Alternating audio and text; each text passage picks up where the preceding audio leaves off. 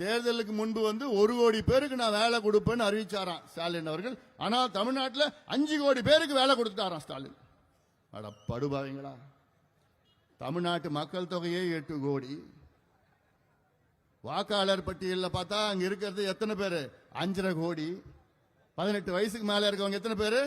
5.5 கோடி. இப்ப கொஞ்சம் குறைய போகுது. 5.5 கோடியில 60 வயசு, 18ல இருந்து 60 வயசுக்கு உள்ள இருக்கவங்க எத்தனை பேரு? 4 கோடி.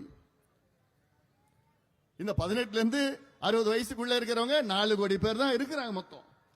ஆனா இவங்க எத்தனை பேர் வேலை கொடுத்துட்டாங்களா? 5 கோடி பேர் வேலை கொடுத்துட்டாங்க. அடம்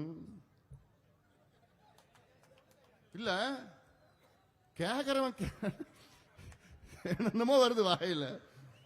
எப்படி இவ்வளோ பொய்ய சொல்லி இவர் யாருன்னா 4 முறை எம்பி.